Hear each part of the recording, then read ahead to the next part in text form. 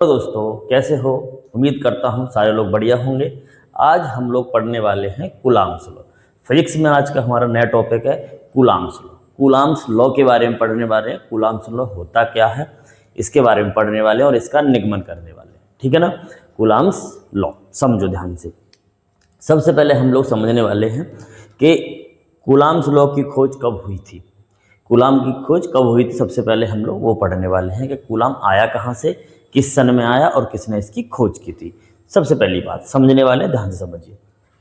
तो कूलाम्स का पूरा नाम था, कूलाम जो थे उनका पूरा नाम क्या था, Charles Augustin, Charles Augustin de Coulomb. Charles Augustin de Coulomb नाम था, जिनका पूरा नाम क्या था कूलाम साहब का, चार्ल्स अंगस्टम डी कूलाम। ठीक है ना, चार्ल्स अंगस्टम डी कूलाम नाम था। इन्होंने क्या किया था, सन 1785 ईस्वी में, सन 1785 ईस्वी में कूलाम की खोज की थी। मतलब कूलाम का नियम दिया था, एक नियम बनाया था। वो किसके लिए था, दो बिंदु आवेशों के लिए, जिसको हम लोग बोलते हैं वैद्युत बल। क्या बोलते हैं बेटा, वैद्युत बल। समझो क्या होता है। इन्होंने क्या बताया, हम अपने कूलाम के नियम पर चलते हैं। कूलाम का नियम पहले होता क्या है, पहले इसको डिफाइन करने वाले हैं, फिर इसको निगमन करने वाले हैं। ठीक है ना, ध्यान से सुनिए। देखो क्या है, बहुत ही प्यार से सुनने वाले हैं हम लोग। इन्होंने क्या बताया था कि आपके पास दो बिंदु आवेश हैं। क्या बताया था, दो बिंदु आवेश। सुनना ध्यान से। इन्होंने क्या बताया था, दो बिंदु आवेश। समझना, इन्होंने बताया था कि दो बिंदु, बिंदु मतलब इस बिंदु के समान है, और स्थिर माने रुके हुए आवेश। समझना ध्यान से। इन्होंने क्या बताया था कि दो स्थिर बिंदु आवेश, इन दोनों के, इनको कुछ दूरी पर रखा था, इन दोनों आवेशों को कुछ दूरी पर रखा था, उस दूरी का नाम क्या था, आर। ठीक है ना। समझो इन्होंने क्या बताया था कि दो स्थिर बिंदु आवेशों के बीच, दो स्थिर बिंदु आवेशों के बीच लगने वाला वैद्युत बल, दो स्थिर बिंदु आवेशों के बीच लगने वाला वैद्युत बल, दो स्थिर बिंदु आवेशों के बीच लगने वाला वैद्युत बल, इन आवेशों के गुणनफल, इन आवेशों के गुणनफल के अनुक्रमानुपाती, इन आवेशों के गुणनफल के अनुक्रमानुपाती, तथा बीच की दूरी, तथा बीच की दूरी के वर्ग के, बीच की दूरी के वर्ग के व्युत्क्रमानुपाती होता है, उसे कूलाम्स लॉ बोलते हैं। समझो ध्यान से। कूलाम साहब ने क्या बताया था, कूलाम साहब ने क्या बताया था कि दो स्थिर बिंदु आवेशों के बीच, दो स्थिर बिंदु आवेशों के बीच, दो स्थिर बिंदु आवेशों के बीच लगने वाला वैद्युत बल इन आवेशों के गुणनफल के अनुक्रमानुपाती, तथा बीच की दूरी के वर्ग के, बीच की दूरी के वर्ग के व्युत्क्रमानुपाती होता है, उसे क्या कहते हैं हम लोग, कूलाम्स लॉ कहते हैं। क्या कहते हैं, कूलाम्स लॉ। हमने वही कूलाम्स लॉ की परिभाषा लिखी हुई है, समझिए क्या लिखा हुआ है। दो स्थिर बिंदु आवेशों के बीच, दो स्थिर बिंदु आवेशों के बीच लगने वाला वैद्युत बल, दो स्थिर बिंदु आवेशों के बीच लगने वाला वैद्युत बल इन आवेशों के गुणनफल के अनुक्रमानुपाती, इन आवेशों के गुणनफल के अनुक्रमानुपाती, तथा बीच की दूरी के वर्ग के, तथा बीच की दूरी के वर्ग के व्युत्क्रमानुपाती होता है, बीच की दूरी के वर्ग के व्युत्क्रमानुपाती होता है, उसे कूलाम का नियम कहते हैं। उसे क्या कहते हैं, कूलाम का नियम कहते हैं। समझिए, दो स्थिर बिंदु आवेशों के बीच लगने वाला वैद्युत बल इन आवेशों के गुणनफल के अनुक्रमानुपाती और बीच की दूरी के वर्ग के व्युत्क्रमानुपाती होता है, उसे कूलाम्स लॉ कहते हैं। समझ में आया, क्लियर है। तो आप इसको नोट कर लीजिए, चाहे स्क्रीनशॉट ले लीजिए, मैं हट जाता हूं।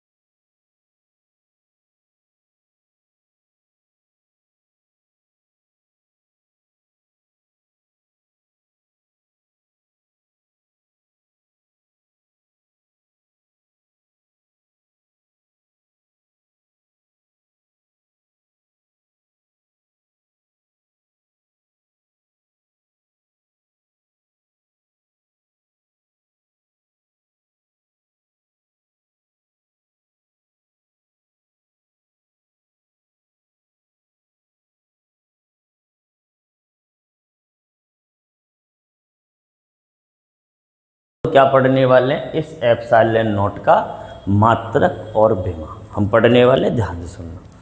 एप्सिलॉन नॉट को हिंदी में बोलते हैं निर्वात की, मैं हिंदी में लिख देता हूँ, निर्वात की विद्युतशीलता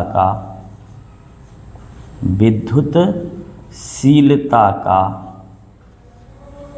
मात्रक, निर्वात की विद्युतशीलता का मात्रक, इसको एप्सिलॉन नॉट बोलते हैं हम लोग। देखो बहुत प्यार से निकालने वाले, आपने फॉर्मूला पढ़ा है F बराबर 1/4 pi epsilon not Q1 Q2 upon R square. 1/4 pi F बराबर 1/4 pi epsilon not Q1 Q2 upon R square. पढ़ा है ना। देखो हमें किसका मान चाहिए, एप्सिलॉन नॉट का। तो इस एप्सिलॉन नॉट को इधर ले आओ, F को इसके बटे में ले जाओ, ले जाए। देखो तो एप्सिलॉन नॉट बराबर 1/4 पाई, यहाँ चल रहा है Q1 Q2 अपॉन F और क्या आ जाए R स्क्वायर। आया कि नहीं, बोलिए, क्लियर है। अब इससे हम लोग मात्रक निकालने वाले हैं। हमें क्या चाहिए, एप्सिलॉन नॉट का मात्रक। देखो कैसे निकालते हैं, ध्यान सुनना, कैसे निकालते हैं, बहुत प्यारा है। तो क्या करना है, देखिए इसका कोई मात्रक होता नहीं क्योंकि ये संख्या है, संख्या का कोई मात्रक नहीं होता। Q है आवेश, आवेश का मात्रक मैंने बताया था कूलाम, तो इसका भी कूलाम, इसका भी कूलाम, तो कितना हो गया कूलाम स्क्वायर। कितना हुआ बेटा, कूलाम स्क्वायर। ध्यान से देखना क्या हुआ, कूलाम स्क्वायर आ गया बटे ना। बल का मात्रक, बल की खोज करने वाले व्यक्ति का नाम था न्यूटन साहब। तो बल का मात्रक क्या है बेटा, न्यूटन। क्या है, न्यूटन। ठीक भाई, बहुत बढ़िया। ये क्या है, दूरी, त्रिज्या। दूरी का मात्रक क्या होता है बेटा, मीटर। क्या होता है, मीटर। तो क्या लिखेंगे, मीटर। स्क्वायर है तो क्या लगा देंगे, स्क्वायर। समझ में आया। तो निर्वात की विद्युतशीलता या एप्सिलॉन नॉट का मात्रक क्या होता है, कूलाम स्क्वायर बटे में newton metre square. Coulomb square बटे में न्यूटन मीटर स्क्वायर। बोलो क्लियर, बहुत बढ़िया, क्लियर है ना सबको। अच्छा आगे समझिए। अब हम लोग समझने वाले हैं क्या, एप्सिलॉन नॉट का मात्रक निकल आया हमारा। अब हमें चाहिए एप्सिलॉन नॉट की विमा। क्या चाहिए बेटा, एप्सिलॉन नॉट की विमा। देखो नॉट की विमा समझो ध्यान से, एप्सिलॉन नॉट की विमा क्या होती है, बहुत ही प्यारे तरीके से यहीं से निकालेंगे। कूलाम की विमा क्या होती है बेटा, AT। कितनी होती है बेटा, AT। तो लिख दो A और T। इस पर लग रही है 2, तो क्या बोलेंगे इसको, A2 और T2। बोलो क्लियर है कि नहीं। तो A2 और T2 कूलाम की विमा, आवेश की विमा AT होती है। तो 2 लग रहा है तो यहाँ पर भी 2 लग जाएगा और यहाँ पर भी 2 लग जाएगा। बोलो क्लियर, बहुत बढ़िया। न्यूटन, बल की विमा क्या होती है, MLT-2। क्या होती है बेटा, MLT-2। याद रखो, बल की विमा क्या होती है बेटा, MLT-2। ये किसकी विमा हुई, बल की। ठीक। मीटर की विमा होती है बेटा L। क्या होती है मीटर की विमा, L। समझो L, और इस पर 2 लग रहा है तो 2 लगा दो। ठीक है ना। पहले नीचे नीचे वाली को मिला लो। देखो ऊपर वाली जैसी है वैसे ही रहने दो, उसका बाद में काम करेंगे। देखो यहाँ पर M चल रहा है, L की एक ये हो, 2 ये भी, तो L कितनी हो जाएंगी, 3। L3 हो गया। अच्छा T-2। अब समझो इनको ऊपर ले जाना बेटा, ले जाए इसको ऊपर। देखो इसको ऊपर ले जाओ। देखो ये प्लस का M है, ये किसका बेटा, प्लस का 1 है M। ऊपर जाकर किसकी हो जाएगी M, माइनस की। बहुत बढ़िया, किसकी हो जाएगी ये बेटा, माइनस की M हो गई। बहुत बढ़िया। L3 है प्लस का, ऊपर जाके किसका हो जाएगा, माइनस का 3। तो कितना हो जाएगा, L-3। बोलो क्लियर, बहुत बढ़िया। T माइनस का 2 है, ऊपर जाके प्लस के 2 हैं, ये माइनस वाला ऊपर जाके प्लस के 2 ये रहा। कितना हो जाएगा, प्लस का 4। कितना होगा बेटा, प्लस का 4। T की पावर 4, तो A की पावर A कितना है, 2, मतलब T4A2। तो बताइए एप्सिलॉन नॉट की विमा क्या आई, M-1 L-3 T4A2। ये किसकी विमा है आपकी, किसकी बेटा, एप्सिलॉन नॉट की विमा। बोलो क्लियर, बहुत बढ़िया, समझ में आ रही है ना। अच्छा, अब निकालेंगे एप्सिलॉन नॉट का मूल मात्रक। बेटा क्या निकालेंगे? मूल मात्रक। देखो ध्यान से, कुछ नहीं है इसमें, बहुत ईजी है। मूल मात्रक भी निकालते हैं। देखिए एम को लिखते हैं हम लोग किलोग्राम से, इसको बोलते हैं हम लोग केजी। क्या बोलते हैं बेटा? केजी। तो क्या लिखेंगे? किलोग्राम। बोलो क्लियर है। -1 है तो क्या लगा देंगे? -1। एल को मैंने बताया किससे लिखते हैं? मीटर से। किससे लिखते हैं बेटा? मीटर से। इसकी कितनी है? 3, तो क्या लगा देंगे? 3। टी को किससे लिखते हैं? समय बोलते हैं, सेकेंड। क्या बोलते हैं बेटा? सेकेंड। तो सेकेंड कितना लगा देंगे? 4। ठीक। ए का मतलब होता है धारा, इसको बोलते हैं एम्पियर। क्या बोलते हैं बेटा? एम्पियर। तो एम्पियर पे कितना लगा देंगे आप? 2। तो ये जो बन के आया है यही तुम्हारा क्या कहलाता है? मूल मात्रक। किलोग्राम -1, एम -3, सेकेंड 4 और आपका एम्पियर 2। क्लियर है? ये होता है आपका मूल मात्रक। ठीक है। अब अच्छा, हम निकालेंगे, अब क्या निकालना है हमें? एप्सिलॉन नॉट का मान। तो इधर निकालते हैं, इसको साफ करने के बाद हम लोग निकालने वाले हैं एप्सिलॉन नॉट का मान। एप्सिलॉन नॉट का मान निकालिए। निकाल दें मान? देखो बहुत बढ़िया। आपको याद रखना है 1/4 पाई एप्सिलॉन नॉट का मान कितना होता है? 9 × 10⁻⁹ न्यूटन मीटर स्क्वायर प्रति कूलॉम स्क्वायर। क्या होता है बेटा? न्यूटन मीटर स्क्वायर प्रति कूलॉम स्क्वायर। ये किसका मात्रक होता है बेटा? सॉरी, किसका मान होता है? 1/4 पाई एप्सिलॉन नॉट का। ठीक है ना। अच्छा, हमें किसका मान चाहिए? एप्सिलॉन नॉट का। किसका चाहिए? एप्सिलॉन नॉट का। इसको उधर ले आओ, एप्सिलॉन नॉट को इधर ले जाए। ले जाए? बहुत बढ़िया। 1/4 पाई और यहाँ कितना आ जाएगा? 9 × 10⁻⁹ इधर पहुँच जाएगा एप्सिलॉन नॉट। पहुँचा है कि नहीं? बहुत बढ़िया। इसका गुणा कर लीजिए तो एप्सिलॉन नॉट का जो मान निकलेगा वो ये निकलेगा 4 पाई। पाई का मान कितना होता है भाई? 3.14 इंटू 9 × 10⁻3।